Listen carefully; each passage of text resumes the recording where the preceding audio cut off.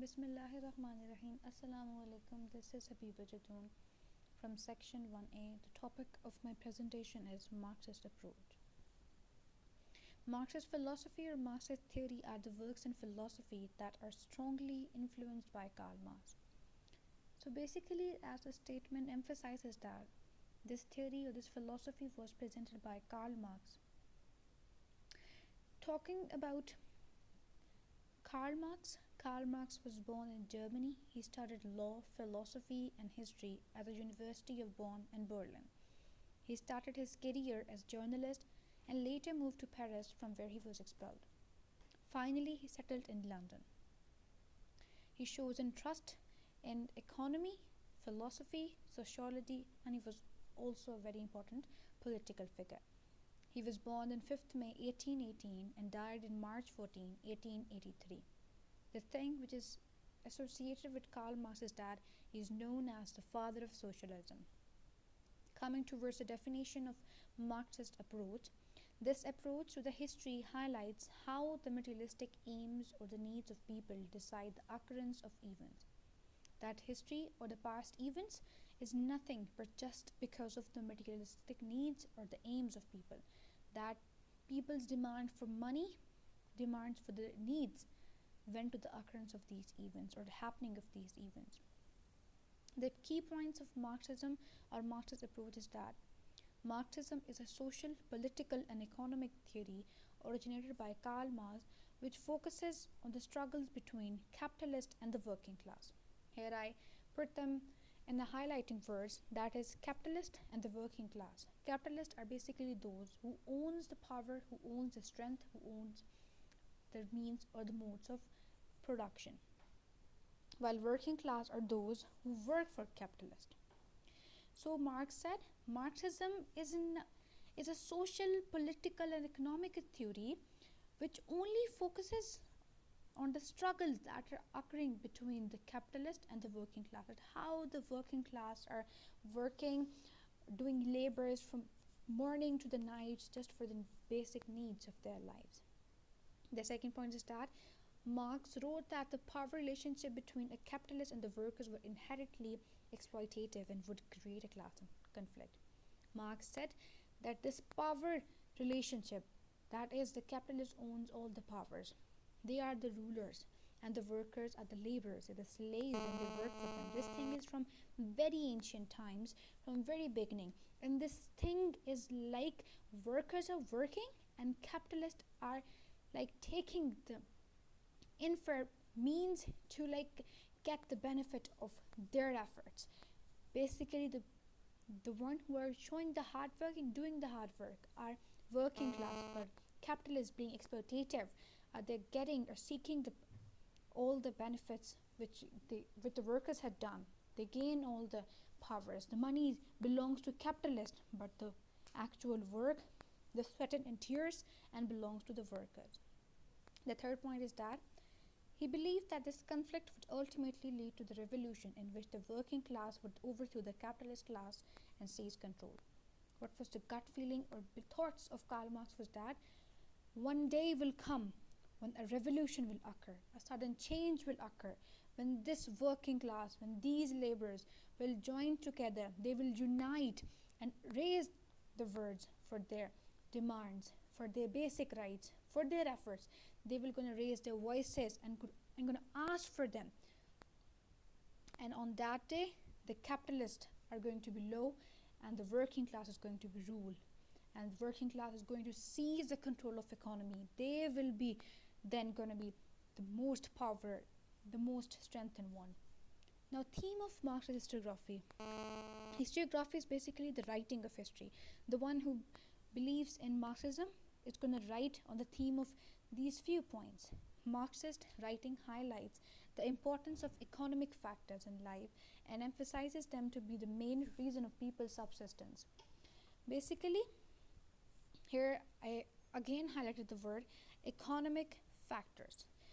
Basically, Marxism belief or Marxist approach believes that this in life the economic factors are very much important, And these are the reason of people's subsistence, people needs, people requirements, people demands. Only economy is responsible. And then Karl Marx identifies that different social behaviors that are found in a society are just because of these economic factors. The first one is the tendency to increase the productive power of the society. By the term productive powers means to increase, to maximize the productivity of one's industry, one factory, or the society. Second point is that tendency of social groups having common social interest which lead to the social movement. That is how the people having the same thoughts, same ideas, same ideologies, same norms, same decorums, they are going to be unite, and they having the common social interest, their interest will lead to social movements because they have one basic common ideology behind them. The next point is Marx looked upon history as a record of struggles between different classes. According to Marx, history is nothing, just the struggles between different classes.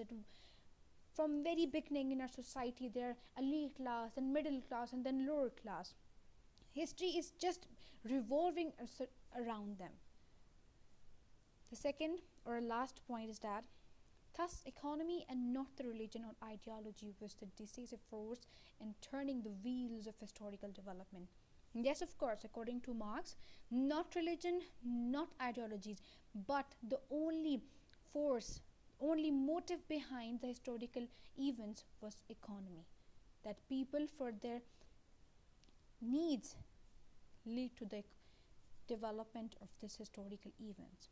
The Marx divided the history or the stages of history into various types. According to him, this whole era of history can be divided into following types or following kinds. Number one is primitive communism. From the word primitive means the very ancient, the very old.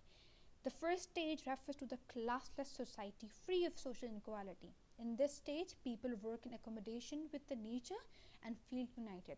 This was a stage when people in the past used to live together and depended upon the nature for their basic needs, the shelter, the food, the clothes, and they shared all these things between each other. And there weren't any class conflicts or class distinctions. But then, age of slavery came. From this slavery, it is clearly written that between the slaves and the slave owners, those people who got the powers, who got the resources, become strong, become the ruler, and the people who were weakened, they were treated like the slaves. The second stage is a class struggle between the slaves and the slave owners. And then gradually there came a stage or age of feudalism. By the term feudalism, it means the ones who are the landlords, the owners of the lands. The third stage is a class conflict between the peasants and the feudal lords. The feudal lords are the owners of those lands, and peasants worked for them. And then came the fourth stage, which is marked as age of capitalism, and it's a worst stage because the capital was no more in the hands of monarchy but in the control of elite class. There was only two classes, elite class and the very poor class. Elite class was ruling, having all the facilities of their life, living luxurious lives, but poor on the other hand, they were in the miserable, in the bad conditions. Now historiography via a Marxist approach. If someone believes in Marxism and he likes the Marxist approach, he or she is going to write these following events according to Marxist approach. Here I have mentioned few of the historical events: American Revolution, Russian Revolution, War of Independence, and World War II. So American Revolution, a Marxist historian will write the class conflict among have and have-not. By the term have is capitalist and have-not is the working class as the primary cause of American Revolution. What I was basically discussing is haves and have-not, the capitalist and the working class. So the American Revolution was just because of these conflictions between the haves and have-nots. The Marxist historian who believes in Marxist approach will consider the republicanism and other ideological beliefs as secondary cause. He believes that economy was the reason that leads to the occurrence of this American Revolution. The second thing is Russian Revolution. The cause of Russian Revolution, as explained by Marxist historians, were the massive poverty and miserable condition of peasants. That in Russia, the peasants were in the very, very bad stage of their lives. This situation provoked people to protest and betray the government. And then the people decided that they are going to ask the government about their rights, and then they started protest against the government and betray, and they were rebellious at that time. And then this led to the occurrence of Russian Revolution. Then came to our War of Independence, our very basic history. There's the first War of Independence, which was occurred in 1857, when the British was ruling subcontinent. Indians, Muslims, Hindus, British, and Sikhs, Christians, all were living in a subcontinent, but the ruling power was British. The British were imposing taxes on Indians. They were making the profits of the resources that belong to the Indians. Basically, what was happening? The whole subcontinent was suffering. Indians were not given their rights. The resources which are theirs, but they were not even getting a penny for that resources. Indians are treated like slaves, and Britishers are making money. They are getting the profits. A Marxist historian explained that the War of 1857 occurred between British because they imposed the taxes on Indians. Moreover, they made profit on Indian resources. A Marxist historian will ignore the social and religious cause of the war. Of course, the War of Independence, or the reason behind this thing, was also the religion and the social behavior. But the Marxist historian will focus on the thing which is that economy. The last point is World War II. Before the World War II, the world was suffering a major economic crisis, which led people to war in order to prove their existence.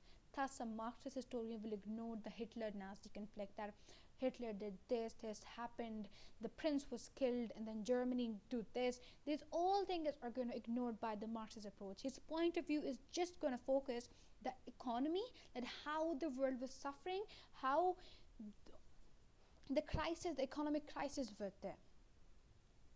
The historian is going to ignore the factors of Hitler's and his opinions. Putting this thing in a nutshell is that the conclusion I can draw from here is that Marxist historiography believes that the history will always progress as the development of life process constantly. As people are born, they grew up into teenage, and then they become young, and then they become old, and then they die. This thing continues from being baby to become old. Lives wait for none. Similarly, history waits for none. It get progress, it get developed, it stops, it for none. It just goes on and on. It keeps going. It progresses, and gradually and slowly it moves on and making progress day by day. The second point is that according to Marxist theory of history, the outcome of an event remains same. What basically one interpret from here is that if one thing has to happen, it will happen. Whether you choose a straight path or a zigzag path, take turns and twists, nothing is going to happen. The consequences, the results, the outcomes are going to be same for that even. Whether you take a straight path, whether you just choose any difficult or easier path, it's up to you. But keep that in your mind, the results are going to be same. Third, last point is that every single process boils to economy if it explains to this theory. Yes, as Marxist theory is based upon economic factors. So yes, if talking about the Events I mentioned here, the American Revolution, Russian War of Independence, World War II, and beside these, arrival of Portuguese to South Asia, conversion of low caste people to casteless religion, inventions throughout the history, technology bubble, each and every historical event. If one's comprehend, one's focuses on these events, the reason behind all these events were economy, nothing else. Thank you very much.